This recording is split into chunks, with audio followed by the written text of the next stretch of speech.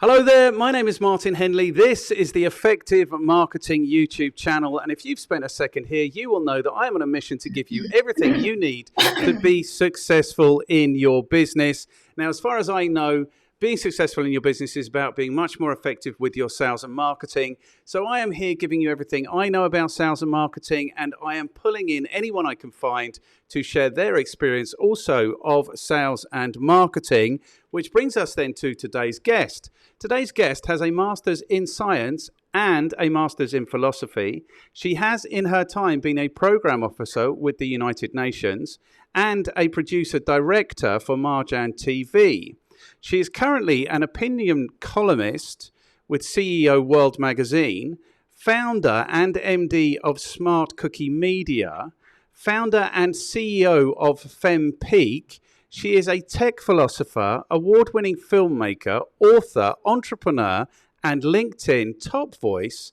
Today's guest is Somi Arian. Hello, Somi. I appreciate how busy you are with all these things that you're doing. So thank you for agreeing to spend some time with us. No problem. Thank you for having me. I think we should add to that I also gave a TEDx talk, but it was a big TEDx talk last week about decentralization, actually, which is what I'm going to talk about a little bit today. Okay. So you said that you wanted to talk about marketing, and then I mentioned that I work mostly on Web3. So have you done, I'm not turning the interview over to you, but just out of interest, have you done many interviews with people who are working in marketing Web3? No, I don't think I've done any interviews with people who are doing marketing in Web3. So this is really interesting to me. It's really interesting. I wonder, because it seems, here's what I think, is I think that marketers are distracted by Web3. When we talk about Web3, we're talking about cryptocurrencies, we're talking about NFTs, we're talking about the metaverse. Is that what we're talking about? Okay. Yeah, that's right. Okay, good. So that's cool that we talk about it. Just so you know where I'm coming from, I really like the world. So I'm not particularly excited about spending a lot of time in the metaverse, and I'm not excited at all about NFTs or about cryptocurrencies, because it just seems to me that this just is an expression that some people have too much money. That's what I think. If you are really investing your money in ones and zeros, and you are investing your savings in ones and zeros, and you're buying ones and zeros art, and you're looking forward to a ones and zeros future, I like to do this. Do you see what I do? I'm in the waves taking photos. That's what I like, is reality. So given that you now know that, we've only got 40 minutes. We've only got 30 minutes now. So normally there's 5 questions. Today there's only 2 questions. What for you are the most pressing issues in marketing? How are you involved? And who can you throw under the bus who might endure to have a conversation like this with me? So you can just talk about exactly what you think are the most exciting, pressing things. Well, I think we should focus on answering your comments there, because there is no point in me talking about marketing, because right now my focus is all on Web3, and there's no point in talking about that if you don't buy into it. So I think we should talk about that. Let's just talk about, Let me explain to you what this is all about, okay? So let me first close this door because my cats are playing and they're making noise. I'm not sure if this gets edited, but okay. It doesn't get edited. We don't edit out, like if you have to close doors for cats, that isn't worthy of an edit. That's fine. So if your house burns down, we might edit it. Okay. Yes. Right. So let's address your concerns. Okay. So you said you love taking photographs. 200 years ago, painters would have said the same thing about the photographs that you take, because you take those photographs digitally, right? And then you print them out, put them in your physical environment, and you enjoy them. So we are made of ones and zeros, at the very core, our DNA, everything is code. Everything is eventually, on one level, everything is code, right? So this is about an expression of life. And I actually gave this talk last week during my TED talk. I explained that what this evolution is all about, what is happening here. Since the beginning of the Big Bang, the world has been going towards a state of maximum entropy. And random particles get together and they create ways that they overcome this entropy. That's what we call life. That's what life is.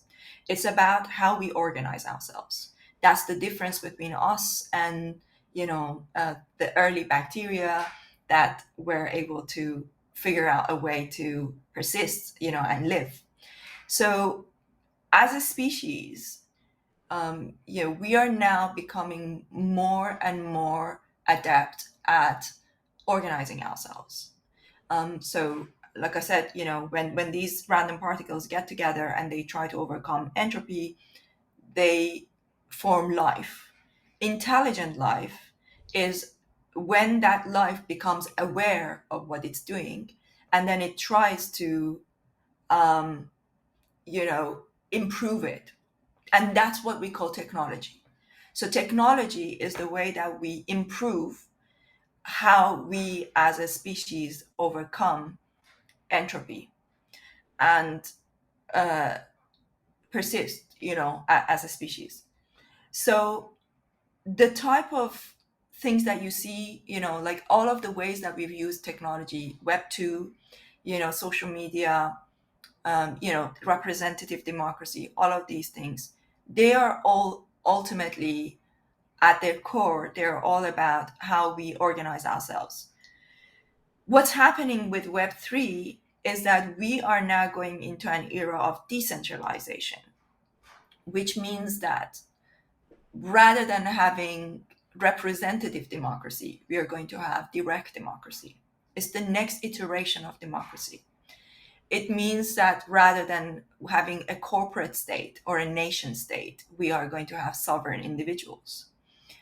This transition is not going to happen easily and effortlessly. There are going to be quite a lot of, volatility. There's going to be a lot of steep learning curves. And just like every other technology, I don't know if you know about Luddites, there's always been people who have, do you know the story of Luddites? I do know the story of Luddites, yes. Yeah. So it's always been people who, there's always been people who resist going from one technology to another. But in addition to that, one other thing that is happening right now is that we are going through an accelerated phase, because of the exponential trend that technology grows.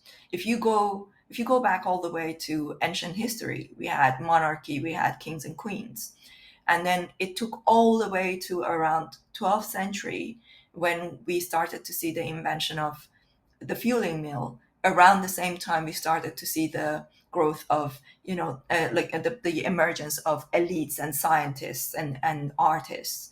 And then we come into about 17th century. As we go into the first industrial revolution, we start to see, factories. We see, so there's like a parallel between the way that we as humans organize ourselves and organize our societies.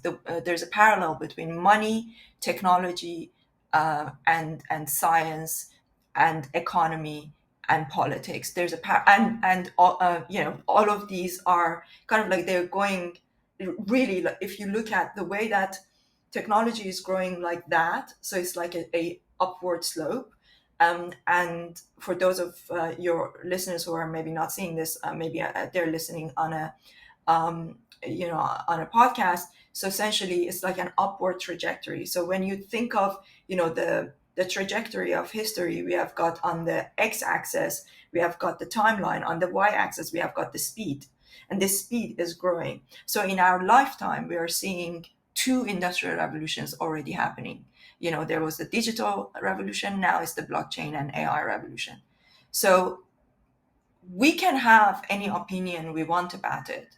My job as a tech philosopher is not to have an opinion, is to explain what is happening and how to adapt. Not everybody is going to adapt, but the later you adapt, the more you're going to be left behind. I'm sure that maybe 10 years ago, 5 years ago, many people would have looked down on a podcast that was recorded online. They would have said, you would need to be meeting in person, that, that there needs to be a full production. But look at what we are doing now. Does that make sense? So this is just the next iteration of life and technology and where the society is going. Okay. So when you say entropy, are you talking about the lack of order or predictability, the gradual decline into disorder? That's what you mean by entropy. Yeah. So Okay. like when you look at it, when a child is born, the child has no entropy, completely, clean, no illnesses, typically, right? Yeah. Like nothing, no issues.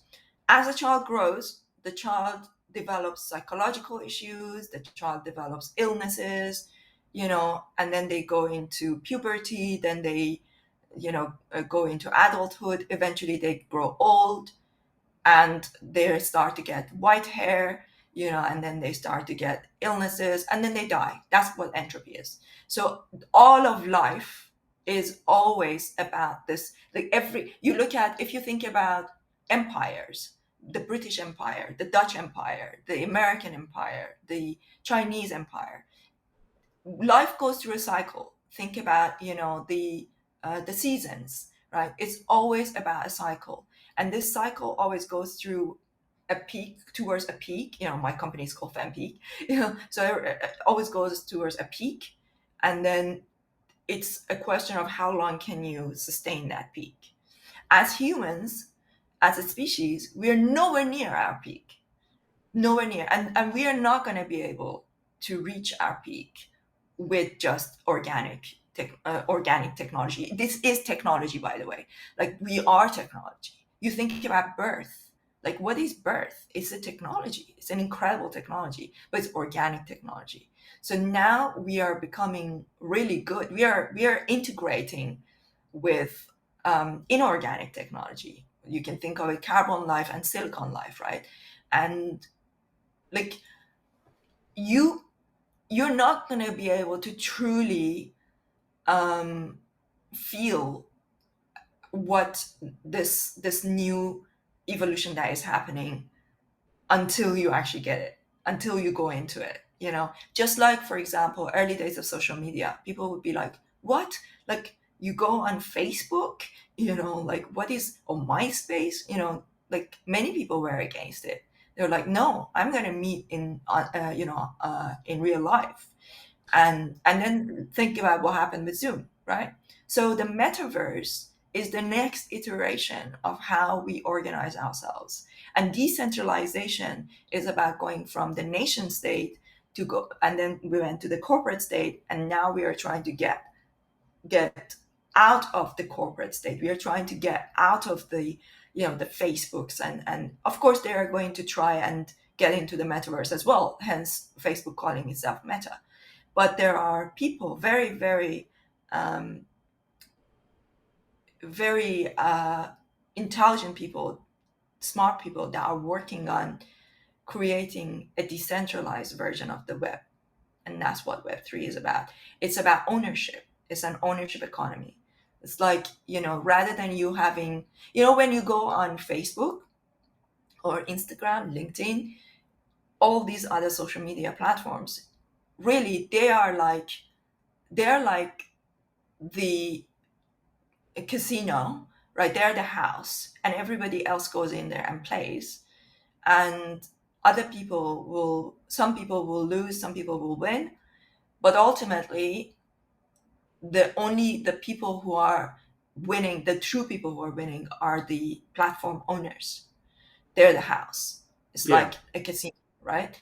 So what Web3 is doing and what NFTs are about NFTs will enable you to own your community, like to build your own community. And then people buy these NFTs, they get into these communities. I've already had incredible opportunities within the community, within the NFT community. Not to mention that I bought a Moonbird NFT for like $7,500. Now it's worth over $100,000. But forget about the price. The connections that I've made within that community is incredible. And what it is that you have to have that NFT to get in. It's like a club, right? But then the point is that whenever you don't want to be associated with it, you just sell it. You can get out. Like I can now sell my Moonbird for $100,000 and walk away with 93,000, dollars. But I'm not selling it. I don't want to sell it because I want to be part of that community. I don't care if the price goes to, $300,000. It's not about the money for me. It's about being in that community. And I don't care how high the price goes. For me, I minted it. I managed, I managed to get in.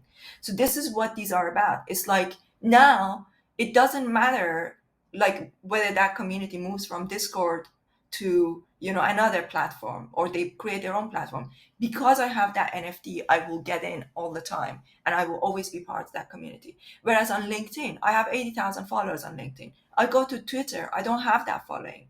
I go to Instagram, I don't have the same connection.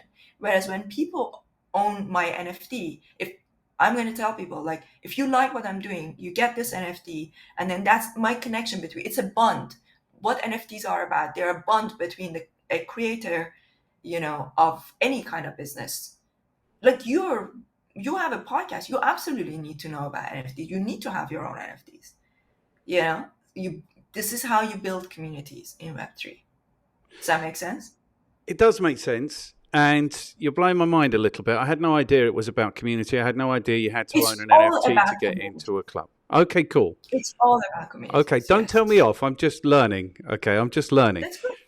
But the question I have for you is, or the issue that I have is that if I look at the evolution of humanity, like going all the way back to the Bible, Adam and Eve, Eve ate the apple. We were cursed with consciousness. This is what's gone on.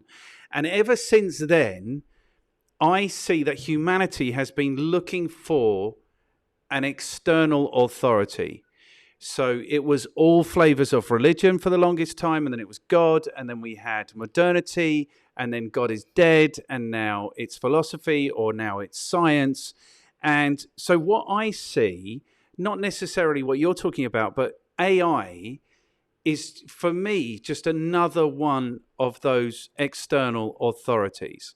So I don't believe in artificial intelligence because there are aspects of intelligence, like proper intelligence, that computers don't have. They don't have empathy, they don't have experience, they don't have relationship. So there are things that computers are very good at. Those things, relationship, empathy, sympathy, compassion, experience, those are things that they don't have. So my concern is, and I understand what you're saying, there have always been Luddites resisting change. There were people who said when they invented trains that you would go mentally insane if you travel at more than 15 miles an hour. So we've demonstrated that isn't true. That's fine. But I don't... So my concern is, you will have seen The Matrix, of course. My concern is that what we are doing is hard coding the injustices of the world. It's not like we've reached a point in society where we have achieved a level of justice that we can say, okay, let's codify this level now. So even when you're saying you spent $7,500 on this NFT, what about the people who don't have those $7,500? What about the people, because there's still billions of people on the planet who don't have any access to the internet at all? There are still billions of people on the planet who live in actual communities, where this is my concern, is that I don't see, I'm happy to accept this might be the next iteration. But what I... Sorry, if I could just finish. Okay. So what I'd be interested to do is shape that a little bit so that it was grounded in reality and responsibility and empathy and those kinds of things. So I would say, as a tech philosopher, I don't know what the actual job description of a philosopher is or a tech is, but I would hope it would be to have some concern about what's happening and have an interest in shaping what is happening. Does that make sense? Of course, and that is exactly what my TED Talk was about. The way it works, like my role is not to stop technology, because nobody can stop it. Okay? Nobody can stop it. Technology has a life of its own. Governments are trying to slow it down in, with many different ways that they're doing that, but it's because technology is moving so fast, and it's going into this accelerated phase. And it's not because certain people are bad people that are creating those.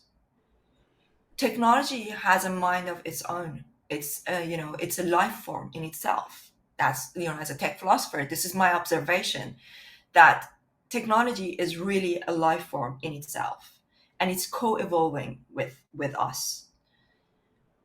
You said you don't believe in AI. AI is not something to believe in. It's an extension of us. Your computer, your phone is an extension of you. The internet is a mirror to who we really are.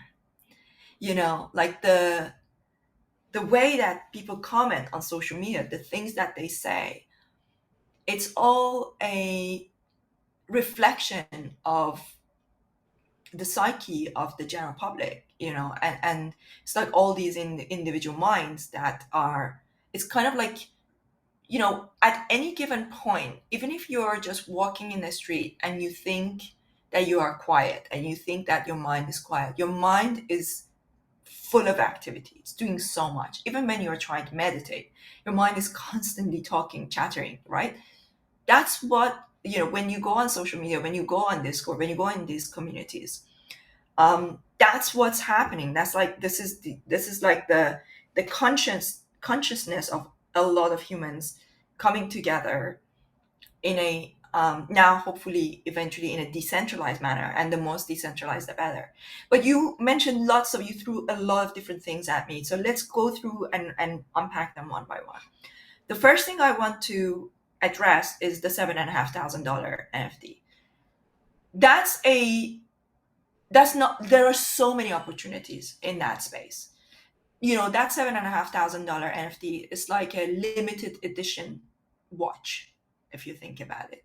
Not everybody wants a limited edition watch. Like our NFTs are like $60, and it gives you access to our community where you come in and you can learn all of these things that we are talking about, right? And we will give you all the support, so that then in 6 months' time, you will have learned enough to know the opportunities. Like, for example, that opportunity was like, I had to enter a raffle to get into minting that. So I won a raffle to mint it because it was so popular and it was like so, like well established. So it was like something that not everybody, like, you have to be really really advanced to want to be part of that. So anybody coming into this space right now, they need at least a year before they're at a place, or at least, maybe, yeah, like I've already had about 5,000 hours of, maybe if not more, education on, blockchain technologies. So, and even then, I don't feel like I've been early enough to Bitcoin and Ethereum and all these things. So there are a lot of opportunities, but every day a new window is closing. Yes, new windows are opening, but like, it's just, the sooner you learn, the better. Part of the reason there are these ridiculously incredible opportunities in Web3 right now is because it's new. And so because it's new, it's kind of like if you had been very early to Facebook, it would have been very easy to amass a big following. If you were early days of Twitter, it would have been easy to, or Instagram, like becoming an Instagram influencer or YouTuber was all something that was a lot easier early days. It's the same thing in NFTs and in Web3 right now. It's early days. So people are literally giving you tokens. They're giving you opportunities. Like our NFTs are not going to be $60 in it's 18 months time. It's going to be a lot more expensive to get into my community. Right now it's a new community, because I'm building, I've already built a big community on LinkedIn and on other social media, but now my community is not ready to go into Web3. So I'm giving them all these incredible opportunities, like there are also opportunities for free minting, to get into Web3. But once that is full, the opportunities are not going to be there anymore, because then I will have built my community and I will have taken, taken that ownership of away from, big social media channels that have got my community right now, that their algorithm is going to dictate what my community sees when I post. No matter how great my content is, I'm at the mercy of those big channels in how they will show that content on their platforms. And I'm trying to take that ownership back and bring my community into our own platform. So that's why it's right now, it's so much easier. And actually, if somebody becomes a premium member of our platform, they get the NFT for free. I airdrop it. I pay for the gas fee and I will airdrop it to their wallet. So not they don't even have to buy it. They don't even have to pay a minting price, nothing. I'll airdrop it to them for free because I want them to learn. We teach them how to create a wallet. We airdrop it to them. They are now part of the community forever. That's theirs. And then anytime they don't want, they can sell their NFT and they can get out. So it's liberating us in how we build communities. And these early communities, they are mostly around 10,000, collections of NFTs, or then as they get bigger, then they have another 23,000 or something. And then, like Yuga Labs now, they create their own metaverse, then they sell the land. So that's how they grow these communities. So it's all about being early enough. If you're early, if you learn it fast, you're going to have a lot of opportunities. Opportunities are incredible, but people are just not taking it. They're just not learning it. And then there's the propaganda from governments, and big tech, wanting you not to get into it because it's about decentralization. Up until now, the society has been run by governments, has been run by big corporations. Now there's an opportunity for individuals to get involved, and they can vote with their tokens, they can vote with their NFTs, they can make an impact, they can decide. That one of the biggest areas, have you heard about the term DAO? DAO? You know about DAO? Yeah. No. Yeah, DAOs. So DAOs are decentralized autonomous organizations. This is like the future of companies. So many companies are either becoming DAOs or going to create DAOs within the company. So for example, we will have a DAO for our NFT holders. So the company is an entity itself, but the NFT holders will be a decentralized autonomous organization. What that means is that people can vote. So let's say, for example, we want to give a grant. NFT holders can vote. So your NFTs, your tokens are on the blockchain. It's immutable. Nobody can hack it. No, of course they can only hack it if you by mistake give them your keys, but that's a different matter. But it's like it's on the blockchain. It's secure. It's a way that you can vote on things without even revealing your identity. If you have that token, you don't need to be even revealing your identity. You can be anybody as long as you're part of that community. Your token is a representation of you. So blockchain technology is incredibly empowering, and it's creating a new way that individuals can become empowered to create communities, to build their community. You know what? Like, you could have only 1,000 followers and make a living. You could have 1,000 really strong followers who really like what you do, and they buy your tokens, and like literally you could build, the Moonbird NFT that I bought. Before that, they had another 1,000 collection, and that 1,000 collection over time became so popular that it's now worth over 100 ETH each of those tokens, which is like $300,000. So that's what happens. Okay, good. And we're out of time. Yeah. The thing So is, I hope that helped, like just like stimulate a little bit of your mind. maybe no one's ever told me that NFTs are about community. I've never even heard that before. Okay, so it's interesting. I mean, what I think is that we in the West are too consumed by technology. I think in other cultures, I think the closer people are to the actual environment, the happier they are. That's my experience. We can't eat I'm ones from and zeros. Iran. What's that? I'm from Iran. I'm from Iran. I was Okay. born and brought up in Tehran. Yeah. I'm not a Westerner. I came to the UK when I was 23. I have no family in the UK.